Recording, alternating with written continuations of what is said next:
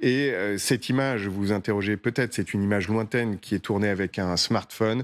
C'est la seule image, hein, pour l'instant, qui a été vérifiée par notre rédaction, du corps du tireur au loin. Il a lui-même été abattu par un sniper des services secrets. Voilà, pour l'instant, la seule image confirmée dont on dispose. Mais Hélène Bonnet, effectivement, Grégory Phillips le rappelait, nous devons être méticuleux, avancer lentement, recouper chacune de ces informations, tant il y en a dans une sorte de maelstrom digital Oui, infernal, évidemment. On a quasiment. un nom pour l'instant, Thomas Matthew Crooks. On sait qu'il a 20 ans.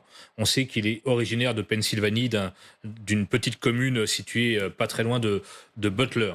On sait, ça n'a pas été confirmé lors de la conférence de presse du FBI, mais en tout cas plusieurs médias américains l'affirment, citant des sources policières, qu'il était équipé d'un fusil automatique AR-15 et que c'est avec ce fusil qu'il a ouvert le feu avant d'être neutralisé par un tireur d'élite du Secret Service. Voilà en gros ce qu'on sait.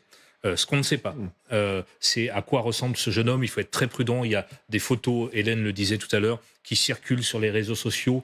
Soyons prudents. Attendons d'avoir une communication officielle des services de sécurité pour savoir à quoi il ressemble, à quoi il ressemblait. Et ce qu'on ne sait pas, et c'est évidemment la question principale, c'est quelles étaient ses motivations. Mm. S'agit-il d'un déséquilibré? On l'évoquait, ça arrive malheureusement assez souvent dans des fusillades de masse aux États-Unis, dans des écoles ou des universités, où des gens déséquilibrés et malheureusement armés décident de commettre l'irréparable. Mm. Avait-il un motif politique? Était-il, comme certains supporters de Trump l'ont déjà désigné dans les minutes qui ont suivi, un antifa?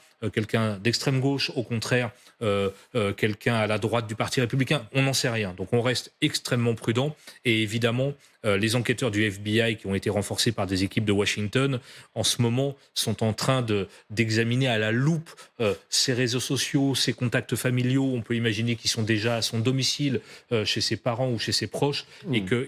qu'ils cherchent en ce moment à répondre à toutes ces questions.